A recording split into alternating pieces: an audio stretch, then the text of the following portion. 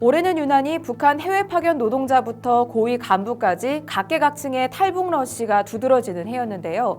그래서인지 김정은도 국경 지역과 해외에서 북한 주민의 탈북 동향에 대한 감시와 통제를 한층 강화하려는 움직임을 보이고 있습니다. 최근 데일리 NK가 파악한 바에 따르면 북한 당국은 지난 20일부터 함경북도 회령시 국경 지역에 중국산 적외선 감시 카메라를 설치하고 있습니다.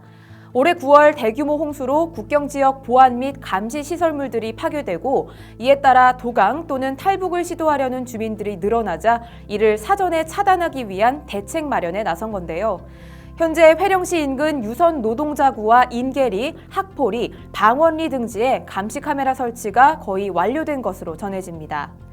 이에 따라 지난달 말 함경북도 남양에서는 두만강을 넘던 주민 2명이 국경경비대의 사격에 목숨을 잃는 일도 발생했는데요. 그간 국경경비대는 대체로 3번의 경고를 한 후 그래도 도주를 멈추지 않으면 사격을 가하는 경우가 많았지만 이번에는 도강하는 주민을 발견하자마자 사격한 겁니다.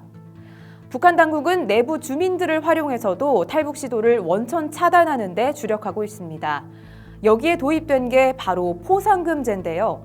최근 북한 당국은 주민들을 대상으로 1,000만 금을 들여서라도 탈북 행위를 막으라는 지시를 내렸습니다. 탈북 시도자를 사전 신고한 주민에게는 북한 돈 500만 원, 약 600달러의 포상금을 주겠다는 겁니다. 이 같은 감시와 통제는 국경 지역을 넘어 중국에서도 계속되고 있습니다. 지난 11월 말 중국 야오닝성 선양시에선 탈북민 38명이 중국 공안에 체포돼 북송 위기에 처해 있는 것으로 파악됐는데요. 이후에는 단둥 지역으로 이송된 것으로 전해졌습니다. 통상 탈북을 하다 붙잡힌 북한 주민들은 단둥에서 취조를 받은 후 신의주 세관을 통해 북한 보위부로 이송돼 왔기 때문에 이번에도 역시 비슷한 절차가 진행될 가능성이 큽니다. 이렇게 최근 중국에서 북송 문제가 다시 불거지는 이유는 북한 국가안전보위부가 중국 공안과 결탁해 북송 작업에 주력하고 있기 때문입니다. 특히 보위부는 국경연선 지역 광산에서 생산된 금의 일부를 중국 측에 북송 대가로 지불하고 있다는 게 소식통의 설명인데요. 때문에 중국 국경 지역에 탈북민 신고를 독려하는 포상금 전단과 플랜카드까지 붙어서 탈북민 운신의 폭이 갈수록 좁아지고 있다고 합니다. 하지만 이 같은 김정은식 탈북 봉쇄 전략이 정말 최근의 탈북 증가 추세를 잠재울 수 있을지는 미지수입니다.